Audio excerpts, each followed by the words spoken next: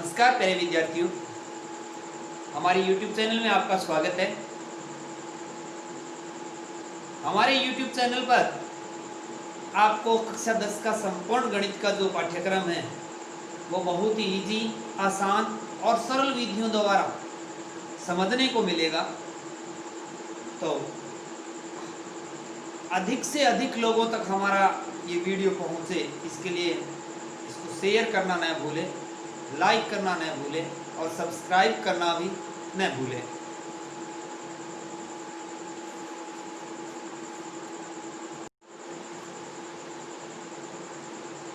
तो प्यारे विद्यार्थियों, आज हम प्रश्नावली 4 दो चरों का रैखिक समीकरण पर अध्ययन करेंगे।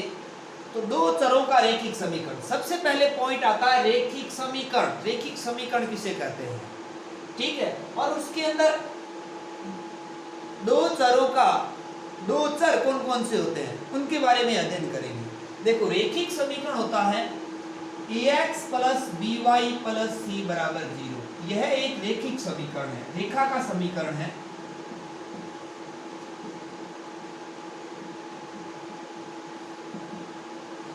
अब इसके अंदर दो चर ले लिए, x और y चर राशियां हैं, जहां a b c क्या कहलाती है, a b c वास्तविक संख्या है, a b व c वास्तविक संख्या है।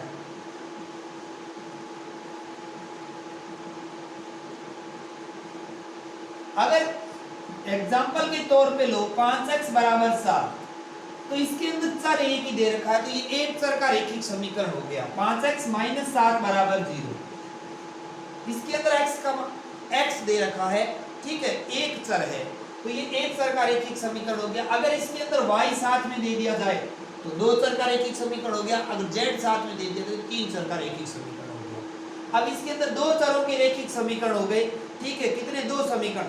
अब रैखिक, दो चरों के रैखिक समीकरण और उसके बाद में आ जाता है रैखिक समीकरण युग्म।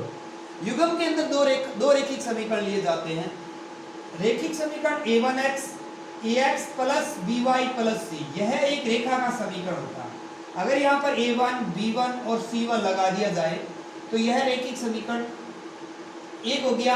अब इसी प्रकार ax plus by plus c बराबर 0 और इसके साथ में 2 लगा दिया जाए, a2x plus b2y plus c2 बराबर 0, तो ये दो समीकरण हो गए। दोनों समीकरणों को निरूपित, एग्जाम्पल के तौर पे 5x प्लस 3y माइनस 7 बराबर 0 और 2x प्लस 4y प्लस 3 बराबर 0। यहाँ पर a b c वास्तविक संख्याएं हैं और x और y चर राशियां हैं। अब यहाँ पर a1 का मान निकालोगे, a1 कितना है 5, b1 का मान कितना है 3, c1 का मान कितना है -7। इसी प्रकार यहाँ पर a2 कितना दे रखा है 2, b2 कितना है 4, c2 का मान कितना है 3। तो ये रैखिक समीकरण युग्म कहलाता है। जब दो रैखिक समीकरण आ जाए, ठीक है, तो ये रैखिक समीकरण युग्म हो जाता है। और दोनों को a1x, पहले को a1x plus b1y plus c1 और दूसरे रैखिक समीकरण को a2x plus b2y plus c2 से प्रदर्शित करते हैं। अब इनको आलेखीय रूप में निरूपित करने का भी इसी चैप्टर में अपने अध्ययन करेंगे। अब ये दोनों रैखिक समीकरण, ठीक है, संगत है। ये दो रेखाएं आ रही है, रैखिक समीकरण मतलब ये सीधी रेखाएं हैं। ग्राफ ये पेपर पे निरूपित करेंगे। ग्राफ के अंदर ये दो रेखाएं, ये दोनों रेखाएं किस प्रकार की आ रही है, ये ग्राफ पेपर के अंदर दोनों रेखाएं प्रतिच्छेदी हो रही है कि नहीं हो रही, इनका अध्ययन इस चैप्टर में करेंगे। दोनों रेखाएं किस प्रकार की है, दोनों रेखाएं समांतर आ रही है, प्रतिच्छेदी हो रही है या फिर संपाती हो रही है, इसका अध्ययन भी अपने इसी में करेंगे, ठीक है। अगर अपने को दो समीकरण दे दी जाए, उसके अंदर किस प्रकार अपने जांच करेंगे कि रैखिक समीकरण युग्म है, रैखिक समीकरण का जो युग्म है वो संगत है या असंगत है, उसका जो हल प्राप्त हो रहे हैं वो अद्वितीय हल प्राप्त हो रहे हैं, अनंत हल प्राप्त हो रहे हैं या फिर कोई भी हल प्राप्त नहीं हो रहा। रेखाएं हैं, ये दो रेखाएं हैं, ये ग्राफीय विधि द्वारा भी हल करेंगे। ये दोनों ग्राफ के अंदर निरूपित करेंगे ठीक है, तो ये दोनों रेखाएं किस प्रकार की प्राप्त हो रही है? दोनों रेखाएं समांतर जा रही है। समांतर का अर्थ ये होता है कि वे दो रेखाएं जिन्हें आगे बढ़ाने पर एक दूसरे को न काटे, वो समांतर रेखाएं कहलाती है। ठीक है, प्रतिच्छेदी रेखा एक दूसरे को, ग्राफ पेपर में ये दोनों रेखाएं एक दूसरे को काट रही है तो वो रेखाएं प्रतिच्छेदी है। और संपाती का अर्थ एक ही रेखा पर दूसरी रेखा आ जाए, ठीक है, तो वो संपाती कहलाती है।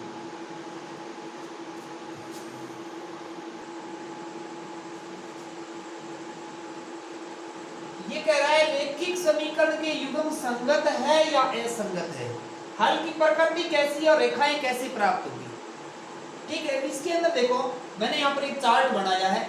चार्ट के अंदर देखो दो युगपत समीकरण दे रखे हैं, रैखिक समीकरण दो दे रखे हैं, रैखिक समीकरण युग्म दे रखा है a1x + b1y + c1 = 0 तथा a2x + b2y + c2 = 0, यानी कि दो इक्वेशन, दो समीकरण, दो रैखिक समीकरण अपने को दिए होंगे और उसके अंदर अपने को पहचान करनी होगी।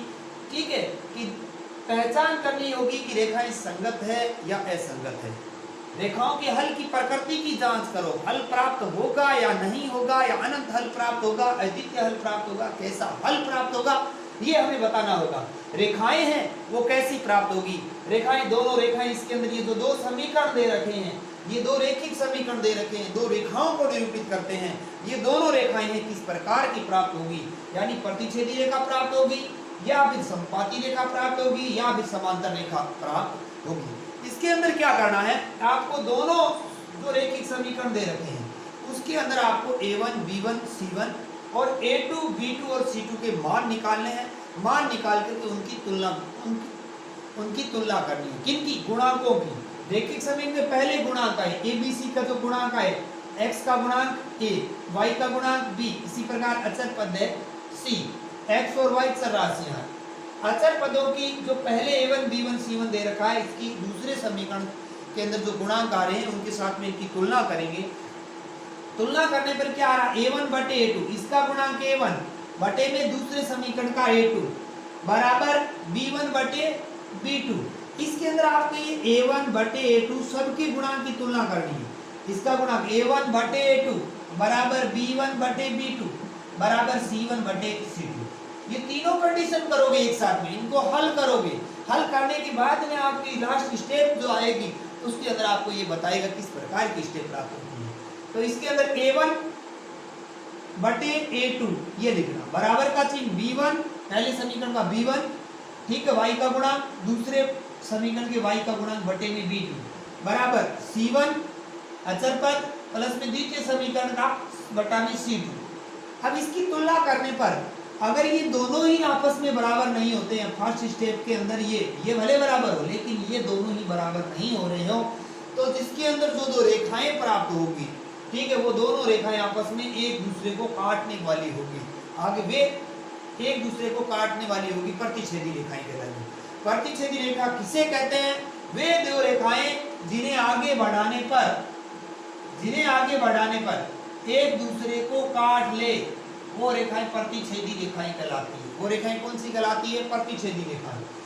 अब इसके क्या परिणाम प्राप्त होंगे? तो इसके लिए आपको ये तीनों ही कंडीशन, लेकिन आपको कुछ एग्जाम के अंदर सिर्फ एक ही पूछेगा कि रेखाएं कैसी प्राप्त होती है, या फिर संगत या असंगत के बारे में, या हल की प्रकृति के बारे में पूछेगा। लेकिन आपको ये परिणाम तीनों ही याद रखने हैं। आपको याद रखना, दोनों रेखाएं प्रतिच्छेदी होगी, रैखिक युग्म संगत होगा, और संगत होगा यानी कि दोनों रेखाएं एक दूसरे को क्रॉस कर रही है, काट रही है दोनों रेखाएं ग्राफ पेपर के अंदर, ठीक है। तो यहाँ पर कोई न कोई मान प्राप्त होगा, जब कटान बिंदु आ रहा है वहां पे कोई न कोई हल प्राप्त होगा, और उस हल को कहते हैं अद्वितीय हल। क्या कहते हैं? अद्वितीय हल प्राप्त हो रहा है। रेखा कट रही है तो संगत है, रेखाएं आपस में नहीं कट रही तो असंगत है, ठीक है। इसके अंदर रेखाएं कटेगी क्योंकि प्रतिच्छेदी होती है, वो कटेगी तो संगत होगा, और रेखाएं कैसी होगी? प्रतिच्छेदी होगी।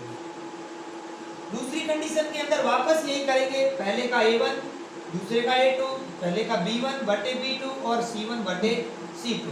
अब इसके अंदर ये कह रहा है कि तीनों ही आपस में बराबर आ जाते हैं, तीनों ही अनुपात, ठीक है, गुणांकों के जो अनुपात निकालते हो, ठीक है। अगर a1 बटे a2 बराबर b1 बटे b2 और बराबर c1 बटे c2 आ जाता है, ऐसी कंडीशन में जो आपकी रेखाएं प्राप्त होगी वो रेखाएं संपाती होगी।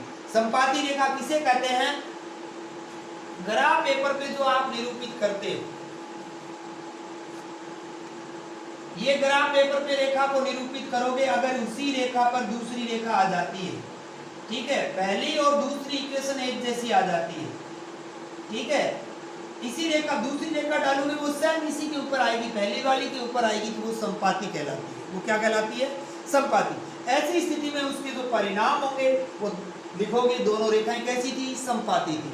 समपाती थी तो ये रेखा एक दूसरे को काट रही थी, हाँ काट रही थी, ठीक है, एक रेखा के ऊपर ही दूसरी रेखा आ रही थी और कितने बिंदुओं पे मिल रही थी? अनंत बिंदुओं पे। क्यों? एक रेखा पर अनंत बिंदु होते हैं। अब जो दूसरी रेखा उसी के ऊपर आ रही तो वो अनंत बिंदुओं पर कर देंगे, अर्थात कितने होंगे? अनंत हल प्राप्त होंगे। और रेखिक अगर रेखाएं एक दूसरे को काट रही है, एक दूसरे पे मिल रही है तो वो संगत है। तीसरी कंडीशन ये है a1 बटे a2 बराबर b1 बटे b2 बराबर नहीं है c1 बटे c2। ये कंडीशन आती है a1 बटे a2 बराबर b1 बटे b2 बराबर नहीं है c1 बटे c2। ये कंडीशन आ जाती है, ठीक है, ये कंडीशन आ जाती है तो दोनों रेखाएं समांतर होगी। और दोनों रेखाएं समांतर का अर्थ ये हो गया, ठीक है, वे दो रेखाएं जिन्हें आगे बढ़ाने पर एक दूसरे को नहीं काटती है तो वो क्या कहलाती है? समांतर रेखाएं कहलाती है। क्या कहलाती है? समांतर रेखाएं। और ये समांतर रेखाएं आपस में कट रही है? नहीं कटेगी, क्योंकि समांतर रेखाएं उन्हें कहते हैं कि वे जिन्हें आगे बढ़ाने पर एक दूसरे को नहीं काटे। और ये नहीं काटेगी तो अपने को हल प्राप्त नहीं होगा। हल प्राप्त नहीं होगा तो वो क्या होगा? असंगत होगा, ठीक है। तो इसके ये जो परिणाम है ये आपको याद रखने हैं। इसका स्क्रीनशॉट लेना चाहो तो ले सकते हो।